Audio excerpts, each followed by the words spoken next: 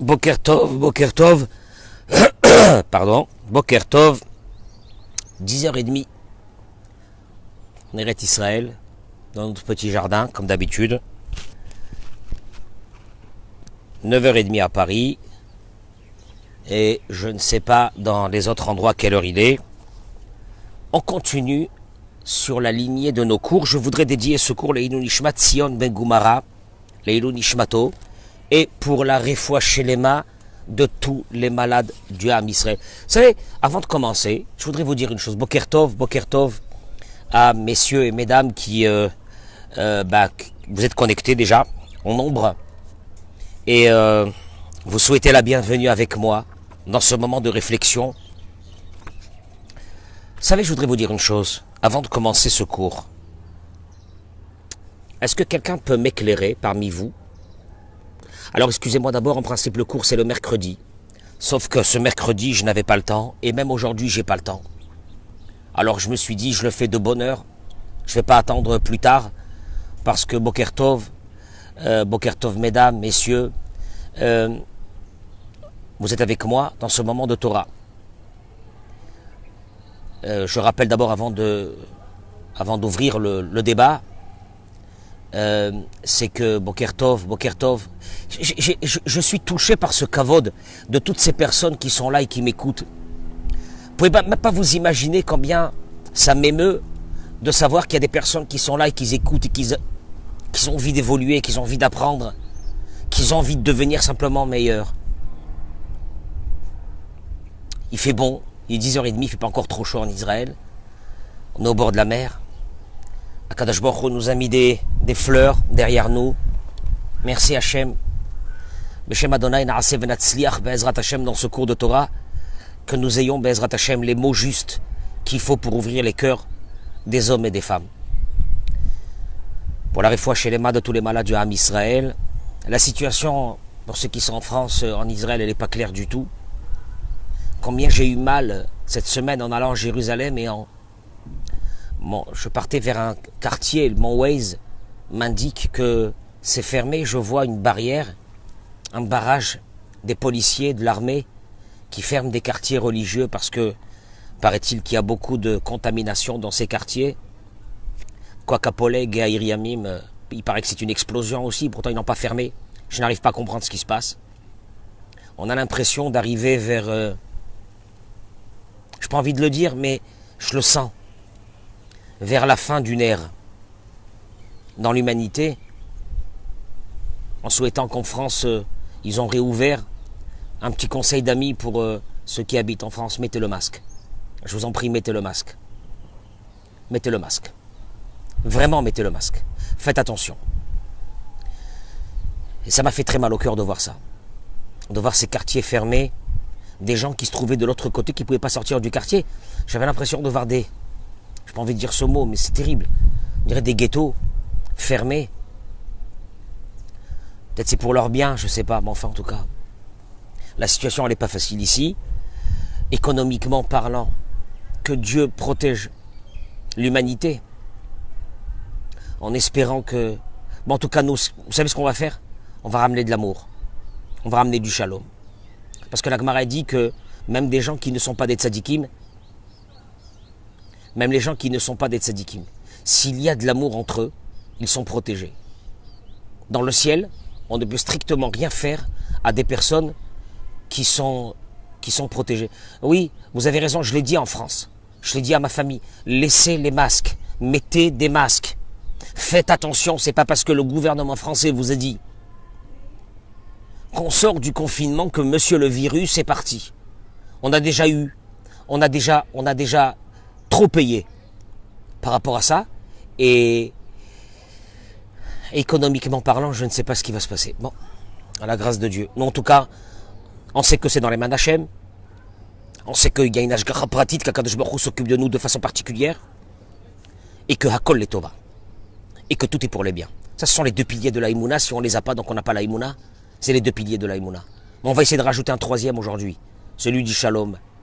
Celui de l'amour. Celui de la Ahava. Je viens de terminer dans le Beth Midrash. On a eu ce matin des Israéliens très loin de la Torah. qui m'ont appelé, ils m'ont dit on voudrait faire la bar mitzvah de notre fils, ils sont venus, quelques personnes. Ils sont repartis, ils m'ont dit mais qu'est-ce que c'est cet endroit d'amour? Qu'est-ce que c'est cet endroit? Comment vous nous avez reçus? C'est tout ce qu'Hachem veut, vous allez le voir à travers ce cours. Je reviens. Merci, merci Déborah, merci tout le monde pour partager ce cours parce qu'il va être très fort, il va être très dur. Je vous rappelle que je n'ai jamais parlé pour faire plaisir à un auditoire. J'ai parlé parce que mon cœur parlait. Parce que je le vis. Ce sont des choses que je le vis. Qu'une maison, un foyer, c'est la base du judaïsme. Et qu'à part ça, il n'y a pas grand-chose. Il ne reste pas grand-chose. À part ça, il ne reste pas grand-chose. Mais j'ai une question à vous demander, mesdames et messieurs. Si vous pourrez m'éclairer à travers vos messages, je ne sais pas si je réagirai pendant le cours, mais j'aurai le temps de réfléchir après. Pourquoi 90% des coups de téléphone que j'ai, des hauts secours, sur des problèmes qui se passent dans les maisons, dans les foyers, ce sont des femmes? Est-ce que vous pourrez m'éclairer sur ça? Pourquoi ce n'est pas les hommes qui m'appellent?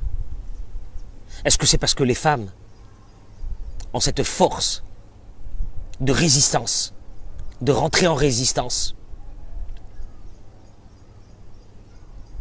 de se battre pour essayer d'arranger leur couple, et parce que les hommes n'y croient plus, parce qu'ils sont dubitatifs en se disant de toute façon, ça, on n'y arrivera pas, et que les femmes ont cette puissance extraordinaire? Je ne sais pas, je vous pose la question. On sait qu'en Égypte, les femmes, c'est elles qui ont eu la résistance la plus grande pour protéger le peuple d'Israël. Elles allaient dans les champs pour avoir des rapports avec leurs maris, pour garder le peuple juif. Et pourquoi les hommes ne sont pas là? Où ils sont les hommes?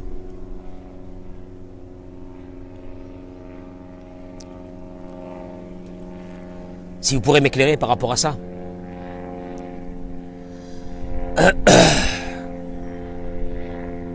Mais là, je vais aborder un sujet très fort aujourd'hui. Restez avec moi. On va essayer de faire le maximum qu'on peut aujourd'hui, puis on continuera la semaine prochaine, c'est pas grave. Il dit le Rav dans son livre une chose extraordinaire. Quand il y a l'amour, je vous lis les mots, je ne suis pas responsable de ce qui est marqué dans la Torah. Ce qui est marqué dans la Torah, c'est ce qui est marqué dans la Torah. Et c'est la vérité.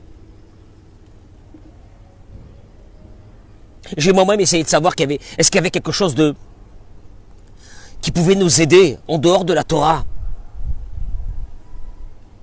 Et je n'ai pas trouvé. Et je suis revenu à la Torah. Et je n'ai pas trouvé. Vous savez, il y a une trentaine d'années, un peu plus que 30 ans, j'ai étudié dans une yeshiva à Jérusalem, 35 ans. Après, je suis parti en France. Je me suis marié avec une Israélienne. Je lui ai dit qu'on allait partir pour 2-3 ans en France. On est resté plus de 30 ans. Et Hachem nous a gratifié d'un cadeau d'un autre monde, de nous ramener dans le plus beau pays du monde. Il y avait là-bas un rave, dans cette yeshiva, qui était ce qu'on appelait le mashgiach. C'était celui qui insufflait la vie juive. Un gaon, Rav Meir Hadash, Zecher Tzadik V'Kodesh Livracha. Et je me rappelle, ça me marquera jusqu'à la fin de ma vie, que le vendredi soir, on le raccompagnait chez lui à la maison. Il avait déjà à cette époque plus de 80 ans. Il arrivait, on ouvrait la porte de la maison, il rentrait. Et à sa femme qui venait l'accueillir. C'est sûr qu'ils avaient dépassé, ou pratiquement arrivé, à plus de 60 ans de mariage. Si vous voyez l'amour qu'il y avait dans ses yeux de ce gaon, de ce kadosh, vis-à-vis de sa femme, si vous voyez comment sa femme l'accueillait et le recevait, j'avais l'impression d'avoir devant moi deux petits fiancés qui se rencontrent, deux amoureux qui se rencontrent. Et ça m'a marqué. Ça m'a marqué parce que je me suis dit, c'est ça l'idéal de la Torah, au niveau de l'amour dans un couple. On a perverti notre couple. C'est devenu aigri. C'est devenu un combat. C'est devenu des personnes qui se battent seules. Ça peut être des hommes ou ça peut être des femmes. pour essayer de sauver ce qui reste à sauver. Combien qu'on est loin de cet idéal que Dieu voulait dans cette Torah. Combien est-ce qu'on est? On est loin de cet idéal. Plus de 80 ans. Ils se retrouvent comme deux amoureux le vendredi soir. Je crois que jusqu'à la fin de ma vie, ces visages de cet homme et de cette femme, on dirait une petite fiancée. Elle avait pratiquement 80 ans. C'est l'idéal de la Torah. C'est ce que la Torah, elle veut. C'est ce que Dieu il veut qui est dans ta maison. Tout le reste n'est pas important. Et là, je commence le cours. Il dit le Rav, quand il y a de l'amour dans un couple, cet amour couvre les faiblesses. Tous les manques qu'il peut y avoir dans un couple. Mais quand il y a de l'amour, tous ces manques, toutes ces faiblesses sont atténuées. Shlomo Amelech, il a dit lui-même, sur toutes les fautes, l'amour, elle peut couvrir toutes les fautes. L'amour couvre toutes les fautes, c'est vrai. Avec nos enfants, quand ils sont petits, on les aime tellement que bon, ils font des bêtises et puis oh, c'est pas grave. Tout de suite on dit c'est pas grave. On les aime quand même, c'est pas grave. Tu vois, donc Shlomo Amelech, il t'a pas dit quelque chose qui n'est pas vrai. Al-Kol Peshaim, quand il y arrive un moment où si tu n'arrives plus à pardonner, pose-toi la vraie question, qu'est-ce qui se passe? Pourquoi tu n'arrives plus à pardonner? Et on va le voir tout de suite. Quand il y a de l'amour, il est très facile de pardonner à l'autre. Et c'est clair.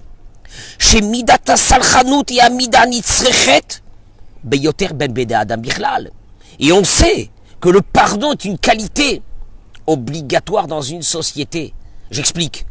Tu ne peux pas vivre dans une société dont on travaille, avec tes amis, avec ta famille, sans que cette qualité de pardonner n'y ait pas en toi. Si tu es un procédurier, si tu lâches rien, si tu veux te venger quand on t'a fait quelque chose, il n'y a plus personne devant toi, hein. Tu resteras seul. Si tu rencontres des gens qui n'arrivent pas à pardonner, que quand tu leur as fait quelque chose, ils vont te faire la gueule pendant 1 an, tu ne peux pas rester à côté d'eux, on est bien d'accord. Donc il te dit le Rav, c'est une qualité, le pardon est une qualité obligatoire dans une société. Ou ben beneazoug bifrat, et à plus forte raison, dans un couple. Et on va arriver à ça tout de suite. Quand il y a de l'amour, toutes les difficultés prennent des proportions moins graves, moins grandes, parce qu'il y a de l'amour. Il y a de l'amour, c'est pas grave. Il y a de l'amour. Toutes les difficultés qu'on va passer, elles prennent des proportions moins grandes. Akoshiba Parnassa, les problèmes de Parnassa, on y arrive là maintenant dans les semaines et les mois à venir.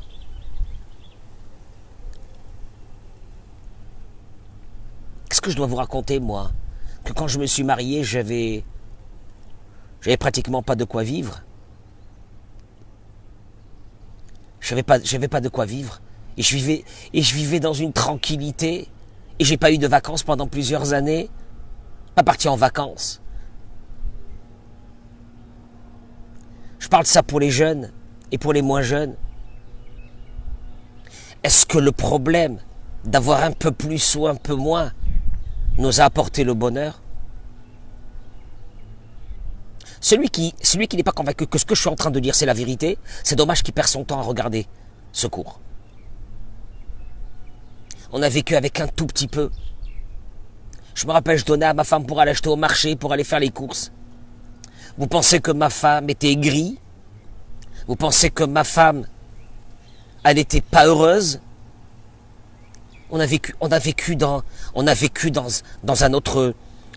une autre optique. Parce qu'il y avait de l'amour.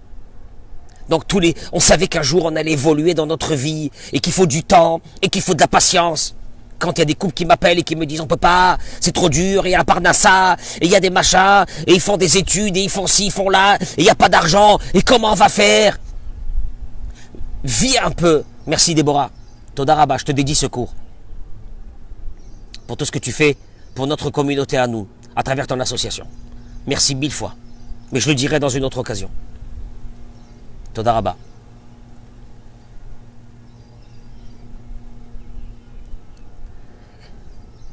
Akoshi Bigidou Yeladim.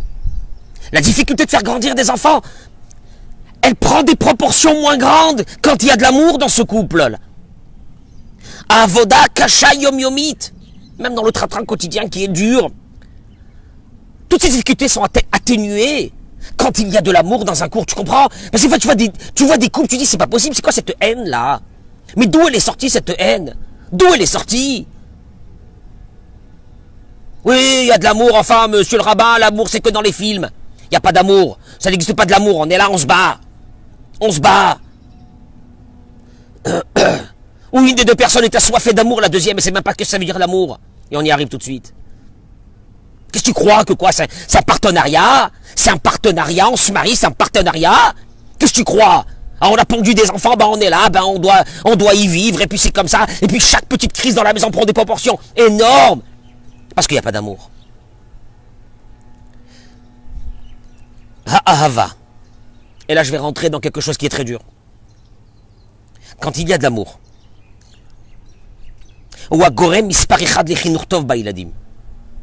c'est la première qualité, raison fondamentale pour faire sortir des enfants bri'im benafsham. Traduction, des enfants normaux.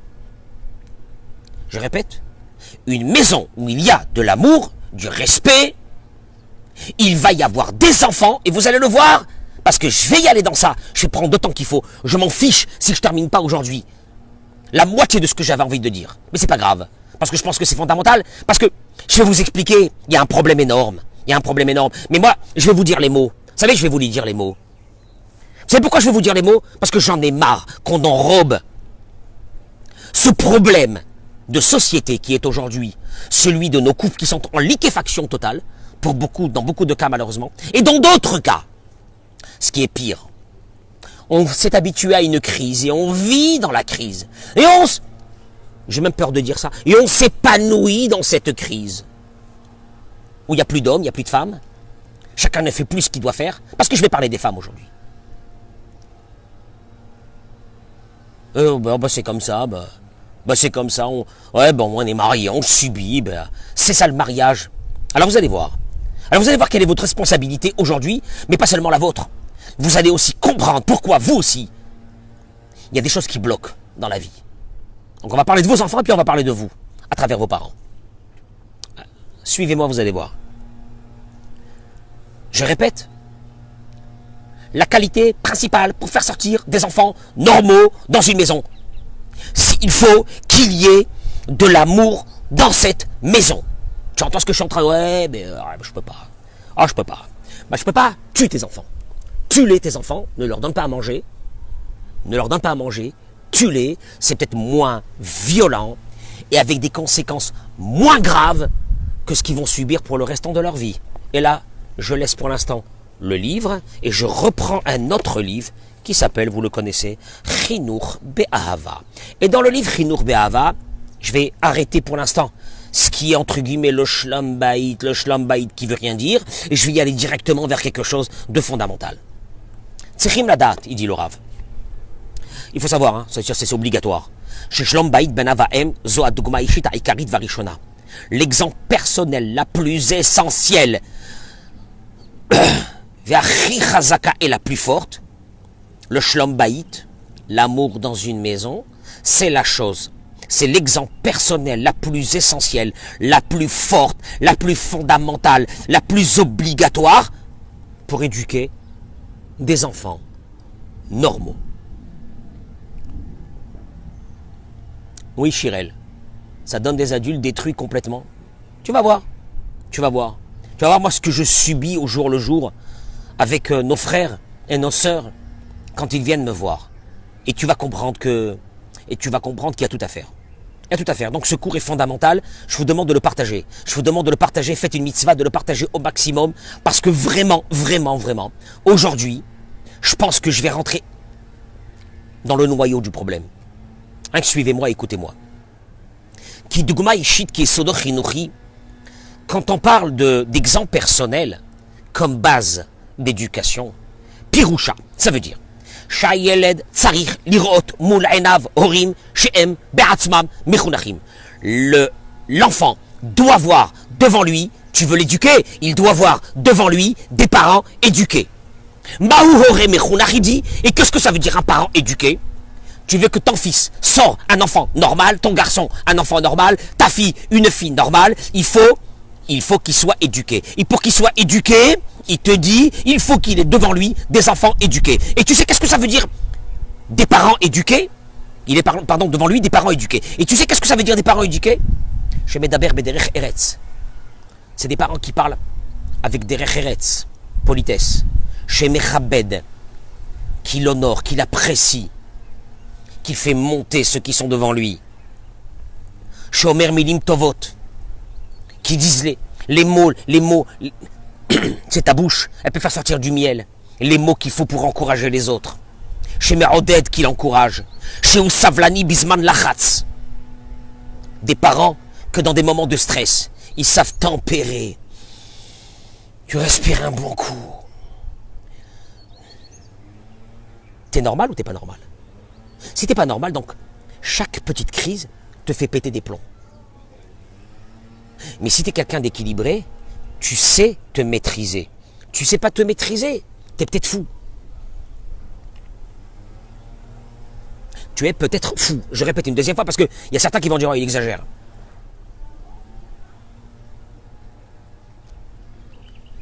On noten. Des parents, c'est ceux qui donnent. Veyodé à l'akshiv. Qui sait entendre, qui s'assoit, qu'il entend l'autre. Quand je dis entendre, ça veut dire qu'il intègre des fois les douleurs des autres à l'intérieur de lui, qu'il les sent à l'intérieur de lui, qu'il les supporte, ouais, je m'en fiche, j'en ai marre, etc.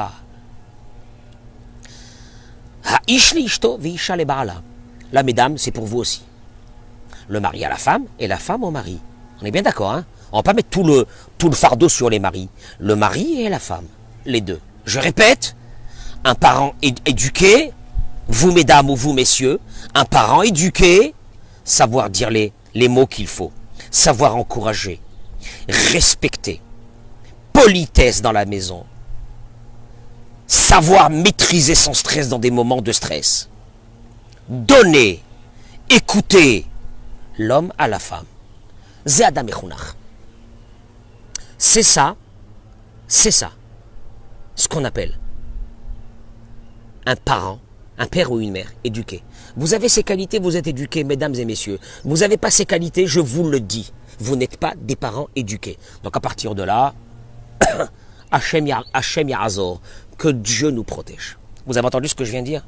Si vous êtes dans une maison où tout part en live, à tout moment, vous êtes en danger, vous n'êtes pas des personnes éduquées, et vos enfants, bien sûr, ne demandez pas à vos enfants d'être des personnes éduquées.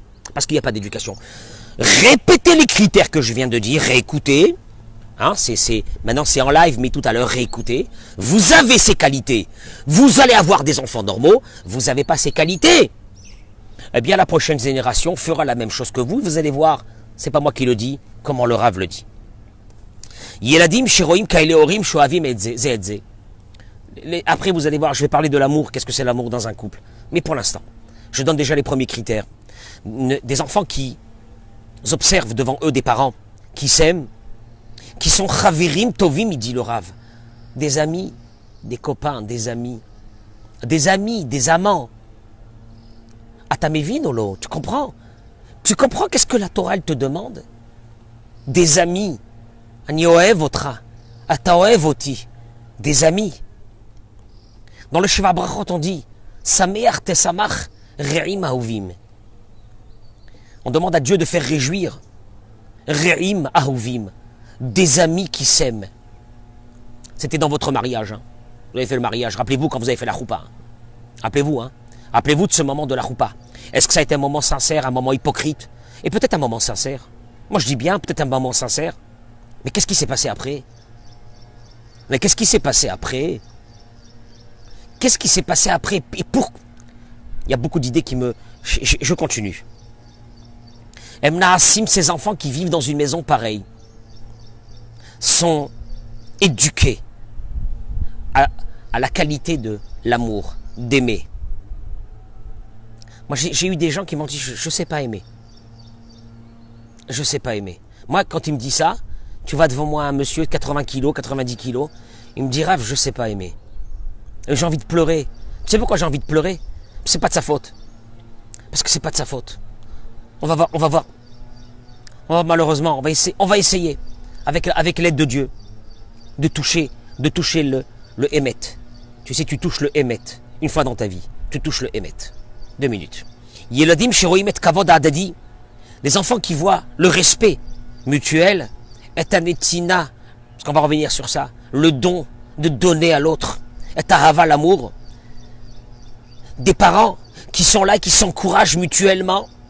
Shegami mechatoe, car même quand l'un des deux fait une bêtise, il tombe, bon, c'est arrivé un truc, c'est arrivé un machin. Hacheni lo shoveroto, le deuxième n'est pas là pour le briser. Et la merimoto mechazekoto, il l'élève. Parce que c'est un ami, il est tombé, mais je l'aime, donc je le relève. Je l'écrase pas à ce moment-là. Je l'écrase pas. Hein, t'as perdu ton boulot? T'es une nulle, t'es un nul, t'es un moins que rien, t'es un loser, t'es une loser. Non. Non. Non. Quand tu aimes, tu portes. Quand tu as un enfant qui est malade, tu le portes. Tu le portes. C'est ça ce que la Torah elle te demande dans un couple. C'est pas un couple, c'est pas idéaliser le couple. Si tu dis le mot, il idéalise le couple. T'as rien compris au couple. Sache une chose, hein, tu passes ta vie à travers quelque chose que tu ne verras jamais dans ta vie. Qui oev auto, il dit le Rav. Parce qu'il aime, donc il le lève. Ces enfants, quand ils voient ça, ils sont éduqués à la mida de Aïn Tova, d'avoir un bon œil vers les autres. Ils sont magnanimes. Ils sont patients. Quand ils regardent les faiblesses des autres, ils ont comme, dans leur tête, comme composition de leur construction de l'âme. C'est que papa, quand maman avait un problème, papa était là. Quand papa avait un problème, maman était là. Donc ils sont là et ils comprennent les faiblesses des autres. Et à la place de juger les autres ou de les écraser, eux aussi, ils vont les aider à se relever. Yeladim sheroim orim smechim zebazé. Des enfants qui voient les parents joyeux, heureux, l'un avec l'autre. Joyeux dans la vie, positif dans la vie. Avec un papa avec un regard, avec une largesse d'esprit. Une maman avec une largesse d'esprit. Avec un regard bienveillant sur l'être humain, sur l'autre, sur son conjoint. Et l'enfant est là et il voit ça. Ces enfants deviennent éduqués à ça. Donc tu comprends? Donc ça veut dire qu'en fin de compte, tout va commencer à l'intérieur de cette maison.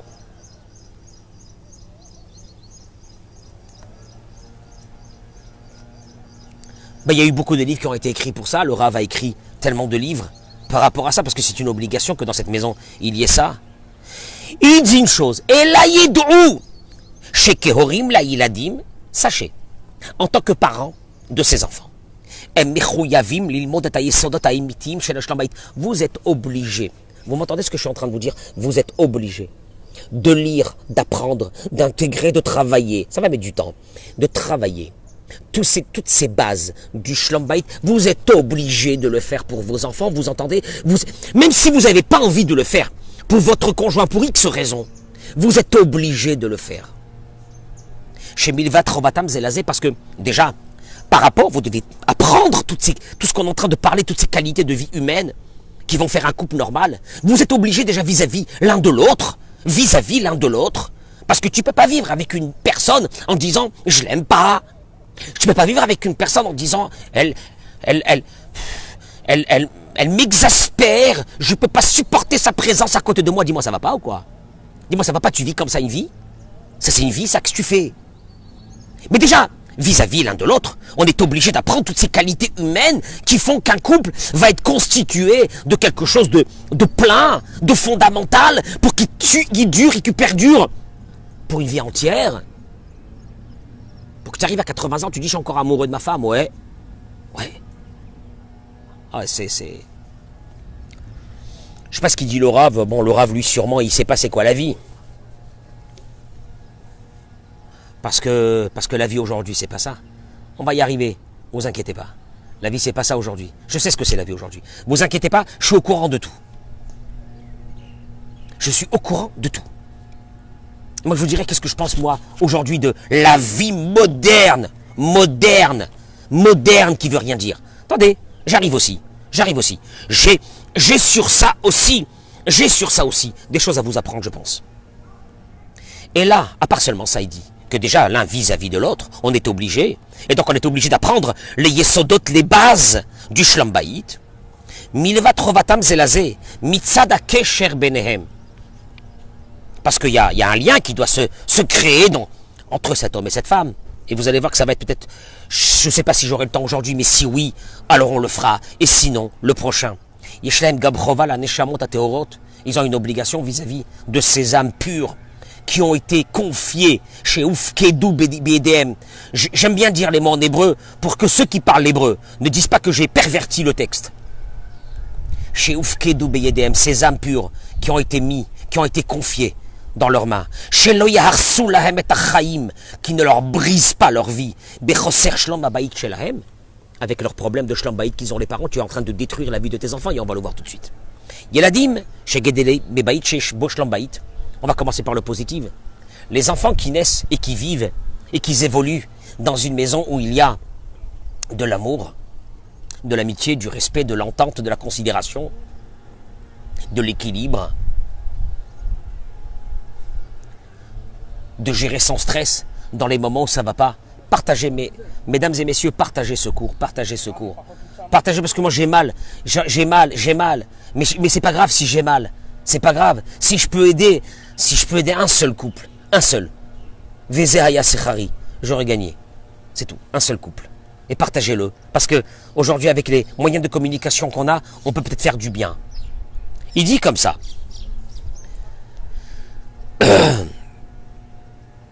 Ces enfants qui vivent dans cette maison, ils vivent avec une âme qui est solide.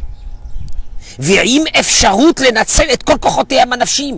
ils ont avec ça la possibilité.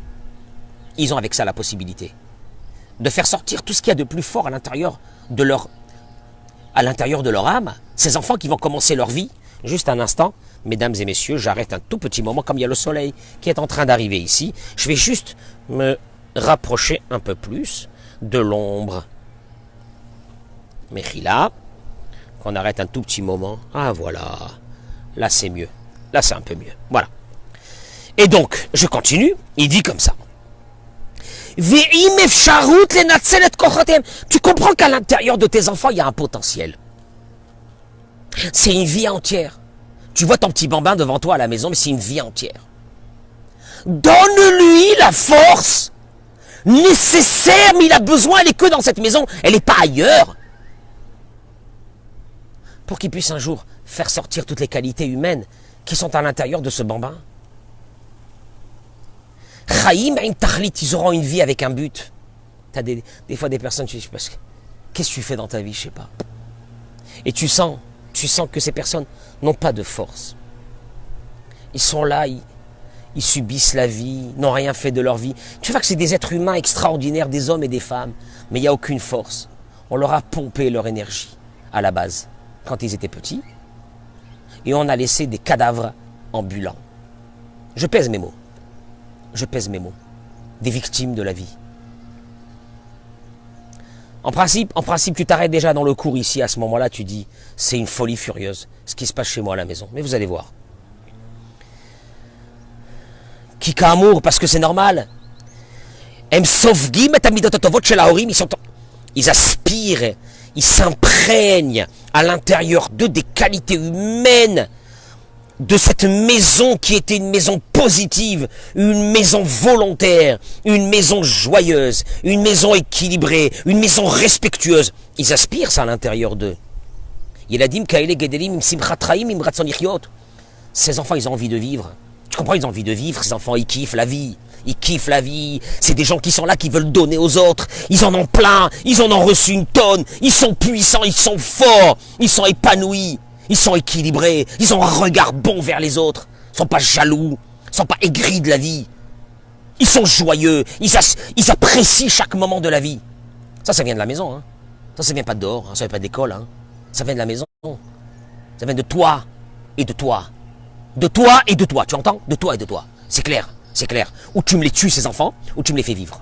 Et vous allez voir comment il termine avec ça.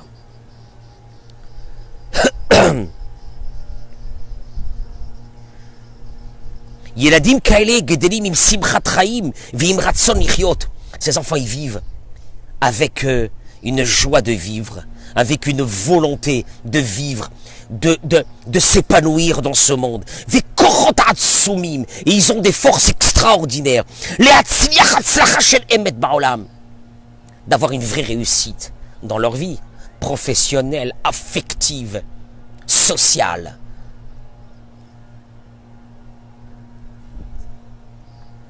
Yeladim shegedelim kach. Des enfants qui vivent dans cet environnement. L'autre s'arrive qui m'atlishmor alem. T'as même pas besoin de les protéger ou de les surprotéger des mauvaises choses qui se passent dehors dans la rue. Parce que tellement ils ont du bien dans cette maison. Ils s'en fichent de ce qu'il y a dehors. Je sais de quoi je parle. J'ai vécu dans une maison comme ça. L'extérieur ne m'a jamais attiré. J'avais des amis qui faisaient des bêtises, de très bons amis, qui sont mes amis jusqu'à aujourd'hui. Bon, ils faisaient leurs bêtises. J'ai jamais été attiré par eux. J'avais tellement d'amour dans la maison avec mes parents que j'ai jamais eu besoin d'être attiré par eux. Un garçon ou une fille qui ont besoin, écoutez-moi bien ce que je vous dis parce que ça va être très dur, mais je vais dire, encore une fois, j'ai pas une heure à perdre pour rien. Ce que je vous dis, c'est ma vérité et c'est mon émet et c'est le émet de la Torah. Un garçon ou une fille qui a besoin de chercher dehors de l'amour d'autres personnes qui des fois malheureusement ce sont des amis, une catastrophe totale.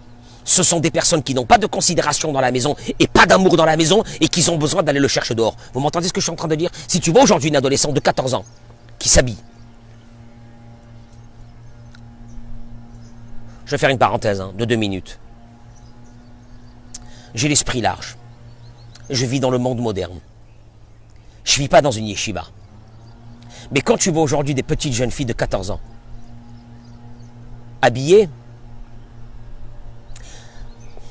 pour séduire. Habillées pour séduire. Je vais essayer de garder des termes délicats. Habillées pour séduire. Petite de 14-15 ans, c'est un bébé. Moi, j'ai envie de dire à cette petite fille, ma chérie, c'est pas de l'amour que tu vas avoir dehors. Habillé comme tu es, c'est pas de l'amour. L'amour, c'est pur. Habillé comme ça, c'est pas pur. Donc tu rentres dans un... Voilà la génération d'aujourd'hui. Il n'y a plus d'amour. On leur a expliqué qu'il n'y a plus d'amour. Il y a la séduction. Il y a la séduction devant des hommes, devant des garçons. Mais en fait, on n'est même plus dans de l'amour, on est dans de la consommation.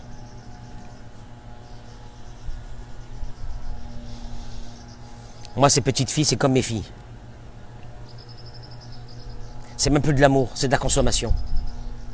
Faire partie d'un troupeau de consommation pour ces garçons et ces filles qui traînent dehors. Mais les pauvres, elles cherchent l'amour. Elles cherchent l'amour. Elles n'ont pas cet amour. Elles cherchent l'amour dehors. Parce qu'il n'y a pas d'amour à la maison. Parce que s'il y avait l'amour à la maison, la considération, elles n'ont pas besoin de chercher dehors. Le pire, c'est que ces petites jeunes filles grandissent et resteront avec une idée que le succès de l'amour, c'est en vendant leurs attributs. Et c'est ce qu'on a appris aux jeunes filles aujourd'hui. T'es belle, tu réussiras. T'es moins belle, ou t'es un peu grosse, ou t'es un peu si, t'es foutu. Parce qu'une fille qui est un peu enrobée, elle n'a pas un garçon pur qui va l'aimer d'un amour et qui va la transcender dans un amour extraordinaire. Il n'y a pas? Non, il n'y a pas. Vous êtes en train de vous dire vous-même, il n'y a pas. C'est pas possible. C'est pas possible. Et cette femme, après, elle se marie. Et elle a toujours perçu que l'amour, c'était ses attributs. Et un beau matin, son mari ne la regarde pas. On ne la regarde plus. Parce que lui aussi, il est rentré dans une perversion. Que l'amour, c'était, waouh, les attributs de cette femme, dans lequel il a flashé pour elle, il s'est marié avec elle. Mais après, à un moment donné, on se lasse, même de la plus belle femme du monde. Et on va chercher ailleurs. Vous comprenez la société d'aujourd'hui? Vous voulez que je continue? J'arrête ici parce que j'ai beaucoup à parler sur ça. Il y a certains qui vont dire, mais oh, il est mignon le rave, il est dans son jardin. On ne refait pas le monde. On ne refait pas le monde. Refais ta maison. On t'a pas demandé plus que ça. Refais ta maison. Ça, tu peux le faire. Un enfant qui reçoit de la considération, un enfant qui reçoit le kavod dans cette maison, il n'a pas besoin d'aller chercher ailleurs. C'est les mots du rave. Hein. J'ai juste un peu imagé. Et même mieux que ça, il dit, même si malheureusement, ils ont fait une rencontre qui était mauvaise au milieu de leur parcours de jeunesse, où ils se sentent un peu menacés et que cela ne rentre pas en, on va dire, en diapason avec ce qu'ils ont reçu à la maison. Et ils ont un certain gêne par rapport à ça. Ils vont voir les parents. Ils ont la possibilité de parler avec les parents, puisque les parents ont toujours été les fervents défenseurs de son amour, de sa considération de cet enfant. Donc il a confiance en ses parents. Donc quand il y a quelque chose qui va le gêner, quand il a fait une rencontre qu'il ne doit pas faire, quand il ne se sent pas très bien, il viendra tout de suite voir son père et sa mère pour leur parler et pour se confier à eux. Pendant que moi je parle, notez sur un papier où vous en êtes par rapport à tout ça. Parce que c'est là que va commencer toute votre vie à vous et celle de vos enfants.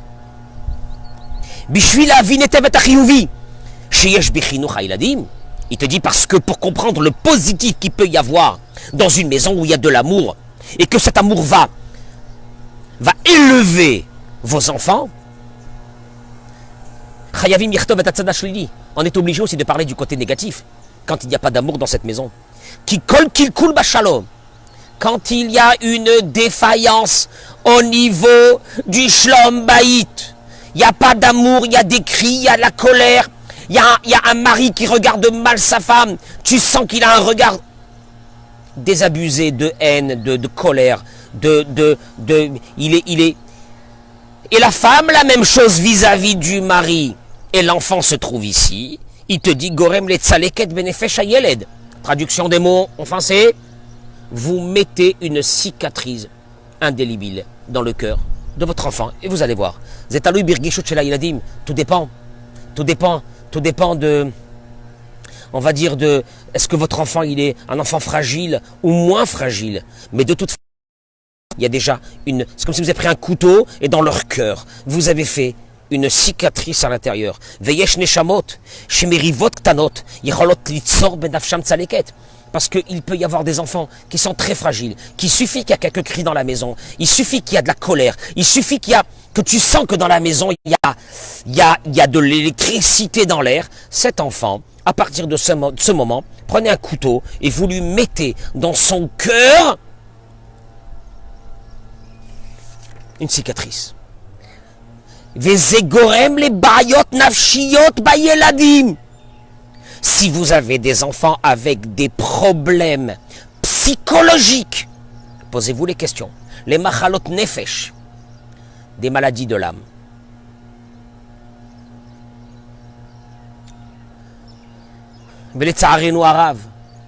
Il dit malheureusement, on rencontre énormément de personnes qui ont grandi avec ces blessures de l'âme, chez Nigremou, qui ont été causées. Tu sais quoi, c'est Tisha B'Av, ça, c'est Tisha B'Av, ça, c'est la folie, ça, tu lis ça, tu pleures.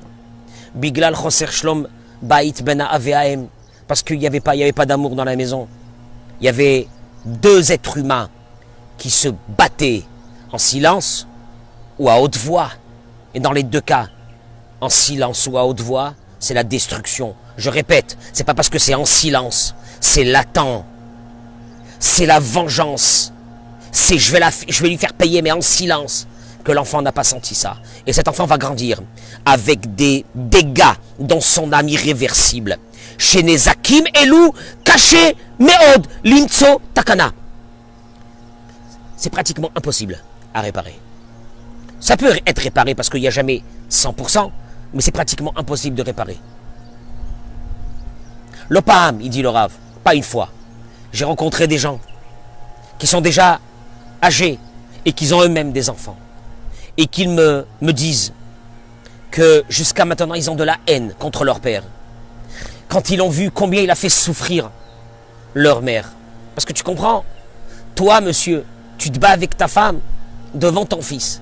Ton fils, il est en train de mourir, c'est sa mère. Ton fils, il est en train de mourir, c'est sa mère. Tue ton fils, tue-le, tue-le. Tue-le, il souffrira moins. Tue-le, il souffrira moins, ton fils. Yeshlaim Sina Alaem, où ils ont de la haine contre leur mère. Chez Isra et Ta'av, qu'elle a fait souffrir leur père. Ils n'ont pas la force de pardonner à ses parents sur tout ce qu'ils ont vu dans la maison. Yeshgam Kaele, il y a aussi d'autres. Shelom Isugalim Itraten, Merov Tsahar, qui ne peuvent pas se marier. Ils ont trop vu pour se marier. Pour eux, le mariage, c'est un enfer. Vous êtes en train de faire subir à vos enfants des dégâts irréversibles. Dieu, il vous a confié ces enfants, ils ne sont pas à vous. Vous êtes en train de les tuer, vous êtes des assassins.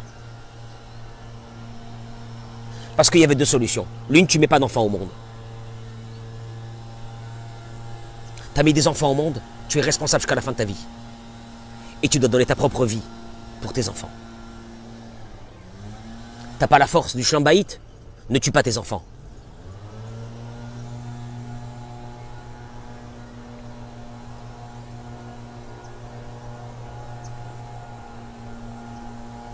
Et il y a aussi des conséquences dramatiques. Ils viennent tous d'eux. Tous, ils viennent tous. Ils viennent tous, il dit le Rav. D'une seule chose. Les Masheotam Anashim Kiblu Bebetam. De tout ce que ces personnes ont vu dans leur maison. Je peux vous dire une chose. Pourquoi? Allez, je vais être light. Je vais être light. 70%. Non, 80%. Que quand je vois moi des couples qui sont très... Je parle avec le mari, je lui dis, dis-moi, tu peux t'arranger. Je parle avec la femme, tu peux t'arranger. Pourquoi vous êtes là dans la guerre, sans arrêt, dans la guerre, dans la guerre? La haine, des fois c'est la haine. Et d'un seul coup, je lui dis, dis-moi, tu peux me dire, comment c'était avec tes parents? Ah, ne m'en parlez pas. Ne m'en parlez pas. Donc il a vécu que dans ça. Elle a vécu que dans ça. Elle est sûre que le mariage c'est ça, c'est se battre. Elle n'a pas vécu dans l'amour. Elle n'a pas su qu'est-ce que ça voulait dire l'amour. Elle n'a pas su qu'est-ce que ça voulait dire la considération. Et mieux que ça, elle vit depuis déjà des années dans l'enfer, et lui vit dans l'enfer aussi. Et ils sont sûrs que c'est normal. C'est ça le mariage. C'est pour ça qu'il y a beaucoup de personnes, quand on leur parle de Shlom Bayit, ils sont dubitatifs. Moi non, des cours de Shlom Bayit, ça ne m'intéresse pas. Bah, c'est la vie, hein. C'est la vie. Ben oui, c'est la vie. Il a vécu que comme ça. Il ne sait même pas que ça existe vraiment une vie. Tu vois des personnes détruites. Détruites. Des personnes qui vivent avec des maladies de l'âme et des maladies du corps. Il ramène ici une histoire, que je ne vais pas rentrer dans cette histoire, mais il ramène ici une histoire d'un homme qui a pris le Rav un jour pour l'amener dans des conférences, et puis dans la voiture, il lui raconte qu'il avait un problème avec sa fille. Elle tombait souvent, elle avait comme des crises, elle tombait dans les pommes, elle s'évanouissait, perdait connaissance. Et ils ont fait tous les médecins, les neurologues, les machins. Rien, Baruch Hashem, rien. Et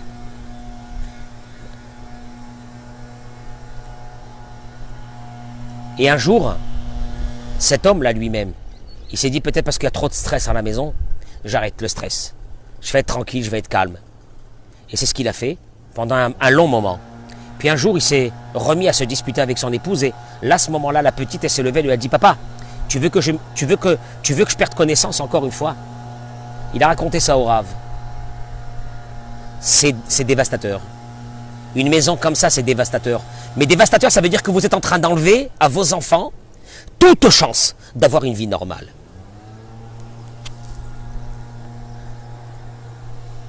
Peut-être que cette idée vous dira mince. Peut-être que vos enfants au moins, vous les aimez un peu plus que votre épouse. Peut-être que vous commencerez à vous mettre en question, à vous dire, il y a un truc qui ne va pas. Il faut que je change. Et juste, il termine par une chose. Area Yeladim, Emko Chasreonim. Les enfants sont sans défense.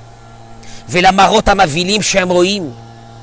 Et de voir une dispute dans une maison, un objet qui vole en éclats, des cris, des hurlements. Des personnes qui sont à leurs yeux, il dit le Rav, il a l'impression que c'est des géants, c'est son père, c'est sa mère, c'est sa vie. Tsorakim et Chad Lacheni en train de se hurler l'un sur l'autre, avec des violences verbales, et malheureusement des fois des violences physiques. Ou là, il y a Orim. C'est vrai que peut-être pour les parents, ils disent, mais on s'est juste un peu chamaillé, on s'est juste un peu disputé. Oui, les menaces qu'on a dit, c'était pas des vraies menaces, je vais te tuer, je vais te ci, je vais te là. Avalayeled Zenira Amiti. Mais pour l'enfant, c'est pas du jeu. Il est en train de vivre à ce moment-là le drame de sa vie, la peur de sa vie, l'angoisse de sa vie. Ça le fait rentrer dans des angoisses les plus terribles. Il commence à rentrer dans des pensées, dans des peurs d'un autre monde.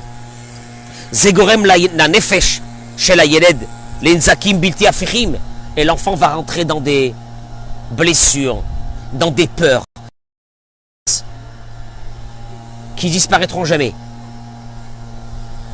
Quand je vois quelqu'un de triste, de stressé, de fermé, de négatif, il subit la vie, je lui dis, dis-moi, viens, assieds-toi à côté de moi, raconte-moi un peu ta vie. Hey, tu vois les blessures,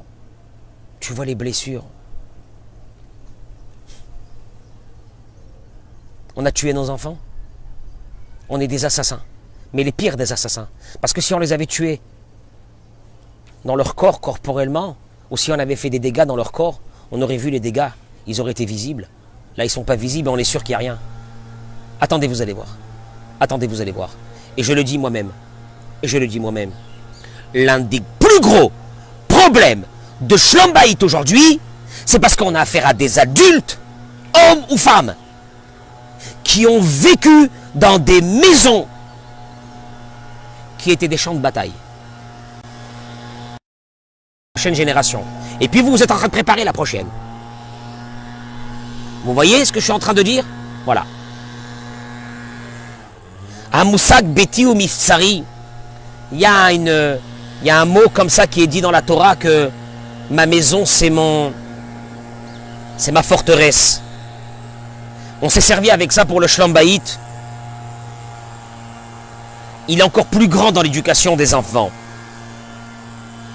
La maison où un enfant a grandi doit être sa forteresse. Cette maison, elle doit lui procurer paix. Cette maison doit lui procurer tranquillité. Cette maison doit lui procurer assurance. Yeled Chetov lo babaït, un enfant qui est bien dans sa maison. On n'a pas besoin de l'avertir beaucoup, de ne pas faire des bêtises. Parce qu'il est bien dans cette maison. Lui, il veut reproduire le schéma dans lequel il s'est épanoui. T'as pas besoin de lui dire, ma chérie, ne va pas chercher un homme qui est un pervers narcissique. Elle ira pas le chercher. Elle a vu son père à la maison. Quelle bonté, quelle gentillesse, quelle douceur. T'as pas besoin d'avertir ta fille de ne pas sortir à droite et à gauche pour aller chercher de l'amour. Elle a cet amour dans la maison. Tu comprends? Mais si l'enfant il n'est pas bien dans cette maison, Tout ce que tu pourras le fermer dans la maison ne suffira pas. Il continuera à être attiré par ce qui se passe dehors, parce que ce qui se passe dehors va lui donner un peu de considération, un peu de douceur. Il va découvrir des amis, elle va découvrir des amis qui vont lui dire on t'aime, mais au fait ils vont se servir d'elle ou de lui, et il a l'impression d'exister, parce qu'à l'intérieur de la maison c'est la guerre. Alors qu'est-ce qu'on fait? Est-ce qu'on peut prendre au moins conscience par rapport à ça? Par rapport à nos enfants, déjà, de dire non, non, non, non, faut qu'on change, faut qu'on sauve tout ce qu'on peut sauver, et on peut sauver. C'est surtout ça, le travail qu'on doit faire maintenant. Je voudrais juste commencer le cours, puisque je ne l'ai pas commencé encore, que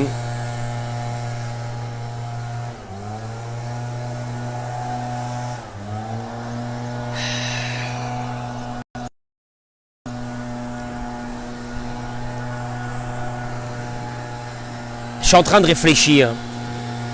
Peut-être que dimanche, j'aborderai vraiment le sujet de l'amour dans le couple. Parce que là, le temps passe. Et c'est un cours qui demande beaucoup de temps. Bezrat Hashem, dimanche matin, je vais vraiment commencer ce cours qui est fondamental sur l'amour. Parce qu'il est long. Donc je ne vais pas y terminer aujourd'hui. Mais c'est pas grave. C'est déjà, on a appris que c'est fondamental pour nos enfants. Alors on y arrivera. Je vous souhaite un Shabbat Shalom. Je vous souhaite une bracha, une hatzlacha. Je vous souhaite une grande réussite dans votre vie. Et je vous souhaite une chose. Je vous souhaite une chose. C'est que si on est équilibré dans notre maison, si on y arrive à mettre un peu d'amour dans cette maison, si vraiment si vraiment on se sent en sécurité dans cette maison avec de l'amour, alors on va faire grandir des enfants qui seront des enfants normaux. On ne va pas reproduire encore. Et moi je dis encore mieux que ça aux adultes qui ont ces problèmes et qui savent que chez eux à la maison ça s'est passé comme ça avec leurs parents. Vous ne pouvez pas faire payer votre femme et vos enfants, et je le dis aux femmes aussi, qui avez vécu, vous mesdames, dans des maisons pareilles, où il n'y a pas eu d'amour, et que vous n'êtes pas capable aujourd'hui d'aimer votre mari, ou d'aimer vos enfants. Alors certaines me disent, oui, je suis sauvage. Je ne sais pas ce que c'est. Je suis sauvage. Il est sauvage. Ça n'existe pas, ça. Il y a un problème. L'amour, un être équilibré donne de l'amour. Et vous allez le voir que c'est fondamental. C'est fondamental. Et la question, elle est comment faire réveiller cet amour? Et est-ce que peut-être l'amour qu'on a eu au début de notre couple, c'était pas vraiment de l'amour? C'était autre chose que de l'amour? Et que maintenant, il faut qu'on s'habitue à faire naître dans notre maison un nouveau concept. Le vrai, celui de la Torah qui s'appelle l'amour. Et celui-là va durer longtemps. C'est peut-être ça. Et c'est peut-être ça qu'on a besoin. Mais un être humain doit donner de l'amour.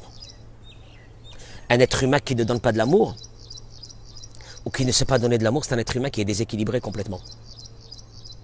Et il est déséquilibré, et il déséquilibre ceux qui sont à côté de lui. Donc on ne terminera jamais. Mais déjà prendre conscience que si on a des problèmes, c'est parce qu'on a, je n'ai pas dit dans tous les cas, mais peut-être, on a vécu dans un environnement où c'est qu'on n'a pas su donner de l'amour. Et nous, dans notre tête, on pense que c'est comme ça la vie.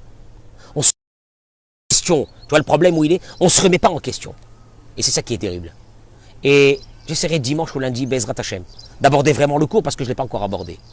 Mais déjà, cette première idée devrait nous faire trembler. Dans une maison, il n'y a pas de joie, il n'y a pas de considération, il n'y a pas tout ça. On est en train de tuer nos enfants. Ah, tu vas pas reproduire ce que tu as vécu chez toi à la maison, c'est pas possible. C'est affreux. C'est horrible. Parce que le pire, c'est que j'ai eu des personnes qui n'avaient même pas cette idée dans la tête que... Ah ouais, vous avez raison. C'est vrai que moi aussi, j'ai vécu une vie avec mes parents. C'était horrible. C'était des bagarres, des guerres, des histoires, des machins. Alors remets-toi en question. Mais le pauvre lui-même, comme il a vécu toujours que dans ça, ou elle a vécu toujours que dans ça, elle sait pas que c'est pas ça la vie. Elle est sûre que c'est ça la vie. Que le mariage, c'est une grosse bagarre. C'est celui qui va gagner, celui qui va être le plus fort qui va gagner. Ah, les enfants! Mais quoi, les enfants? Moi aussi, j'ai subi la même chose avec mes parents. Mon Dieu, si j'entends ça. Mon Dieu, quand j'entends ça. Mon Dieu, quand j'entends ça. Mon Dieu, quand j'entends ça, j'ai envie de mourir. Quand j'entends ça, Hachem et Rachem. C'est un champ de bataille. 80 à 90% des personnes déséquilibrées, allez voir les parents.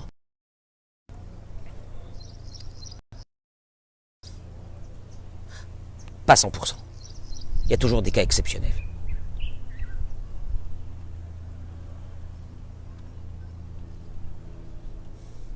Tu pourris la vie de ta femme, tu pourris la vie de tes enfants, tu pourris la vie de ton mari. Alors je me régale, c'est avec ceux qui, sous couvert de religion, sous couvert qu'il est devenu religieux, maman, ceux-là que, paix à leur âme, ceux-là. Sous couvert de religion, ils font ressortir tous les démons, parce que c'est des démons qui sont à l'intérieur de la personne. Quand un enfant il vit dans une maison où il y a eu des hurlements, des cris, des objets cassés, ou que le père il a levé la main sur la mère elle a levé la main sur le père, tu ne peux pas faire sortir un être humain normal. Je vais être gentil, et on va l'appeler un déséquilibré. Moi j'aurais dit un fou, ou une folle. Parce qu'il est plus normal. Et ces gens-là se marient. Hein. Ils se marient, c'est ça. C'est ça le pire, c'est qu'ils se marient, ces gens-là. Ces enfants se marient après. C'est ça qui est terrible. Ils se marient, donc ils vont aller drainer. Ils vont aller drainer les démons qu'ils ont pris de chez eux. Ils vont aller les drainer dans un autre foyer, dans une autre maison, avec une autre personne avec qui ils se sont mariés. Et là tu flippes. Et là tu as peur. Et là tu as peur quand un jour une dame, elle m'a appelé, je termine avec ça. Elle m'a dit, Rav, je voudrais avoir des renseignements sur un garçon qui rencontre ma fille. Bien sûr, madame, Bechavod. Alors, je voulais savoir...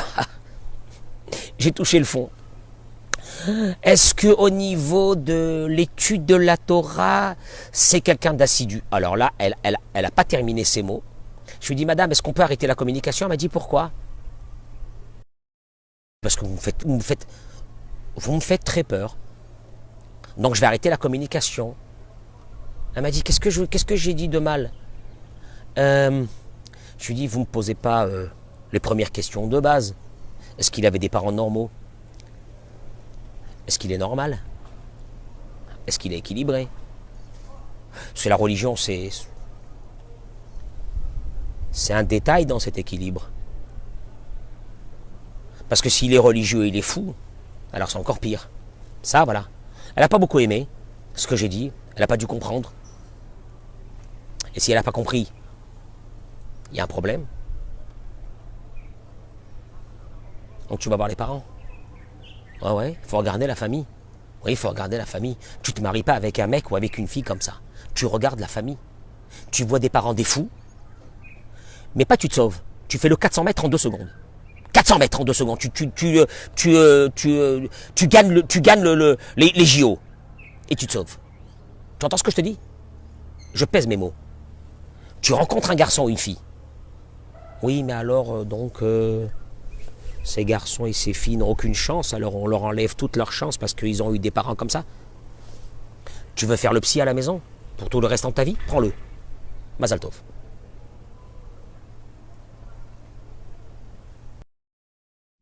C'est dur ce qu'il dit, c'est violent.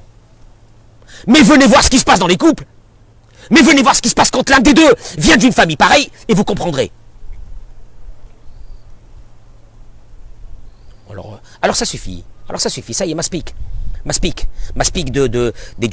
d'édulcorer tout ce concept là du mariage, c'est mignon, c'est machin.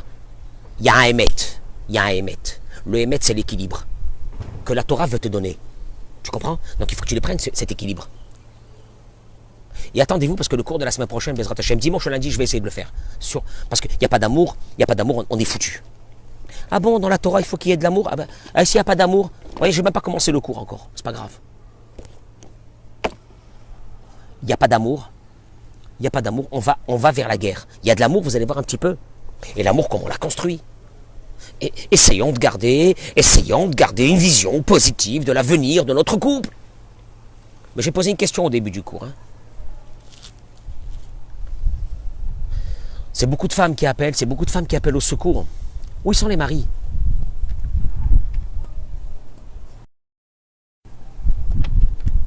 Mais quelle est la part des femmes dans cette histoire du couple? Ça va être un peu le cours de la semaine prochaine. J'aurai besoin de vous toutes et vous tous pour qu'on puisse le faire, Bezrat Hashem, en vous souhaitant Shabbat Shalom, Bracha Vatzlacha. Pensez à vos enfants. Ayez pitié de vos enfants. N'en faites pas des victimes ou des monstres. Et que d'autres personnes souffrent. Encore. À cause de vous dans votre maison. Parce que vous n'avez pas réussi à combattre vos démons. Il y a des démons que vous avez. Qu'on a tous des démons. On a tous à l'intérieur de nous quelque chose. De notre enfance. Il faut travailler sur ça. Il faut être conscient de ses faiblesses. Il faut essayer de ne pas les faire subir. Ne les maquille pas par d'autres choses. Oui, mais c'est de la faute d'elle, c'est de la faute à lui, c'est de la faute à ça. C'est la faute à ça, oui, mais moi je vais être plus religieux, moi je vais être plus religieuse, et lui il veut pas. Il y a beaucoup de personnes qui ont maintenant, ils ont maquillé leurs problèmes qu'ils ont eux-mêmes avec eux-mêmes dans la religion. Ça me fait très peur. Ça me fait très peur. Moi j'ai vécu toute ma vie avec mon père est rave. Donc j'ai vécu toute ma vie dans un environnement religieux, je n'ai pas été Baal Tshuva. Donc peut-être que moi je ne comprends pas. Mais on a vécu dans un monde équilibré. On a vécu dans un monde joyeux, on a vécu dans un monde éclairé. On a vécu dans un monde où faire du bien à l'autre, aider l'autre, supporter l'autre, ça a été ça notre vie. Et Kadosh Baruch Hu t'a donné ce mariage pour que, à travers ça, tu fais ta plus grande avodat Hashem, ton plus grand chesed du monde, vis-à-vis de ton mari, vis-à-vis de ta femme. Tu comprends? Non, tu peux pas venir en écoutant ce cours-là et en disant ouais, c'est bon, bon. Ouais, mais bon, là, c'est la réalité, c'est pas comme ça. Non. Il y a un vrai problème. En vous souhaitant Shabbat Shalom Umvorach de Natania, la bracha et la tzlacha, la refoua shelema. Qu'Akadosh Baruch Hu il nous aide, oui. C'est lui qui va s'occuper de nous. Nous, on a une seule chose. Notre part de libre arbitre, qui est de prendre une décision. L'action, c'est lui qui fait. L'action, c'est pas nous. Mais au moins, le libre arbitre de dire, je vais commencer. Je vais commencer par ce Shabbat. Je veux montrer à mes enfants comment je fais kavod à mon mari. Je vais montrer à mes enfants comment je fais kavod à ma femme. Je vais montrer à mes enfants combien je peux leur faire passer un Shabbat de folie. Être avec eux, être à l'écoute, passer du temps avec eux. Bien que je suis fatigué. Quelqu'un qui est fatigué, c'est pas une raison pour ne pas donner à manger à ses enfants. Il les laisse crever de faim dehors, non? Donc de la même façon d'alimenter l'âme de ses enfants, parce que c'est notre vie, parce que c'est notre futur, parce que c'est nous-mêmes, parce que nous-mêmes on est vivants à travers nos enfants. Et qu'après 120 ans, avant de partir de ce monde, on dira on a accompli un beau boulot. On a fait de belles choses dans ce monde.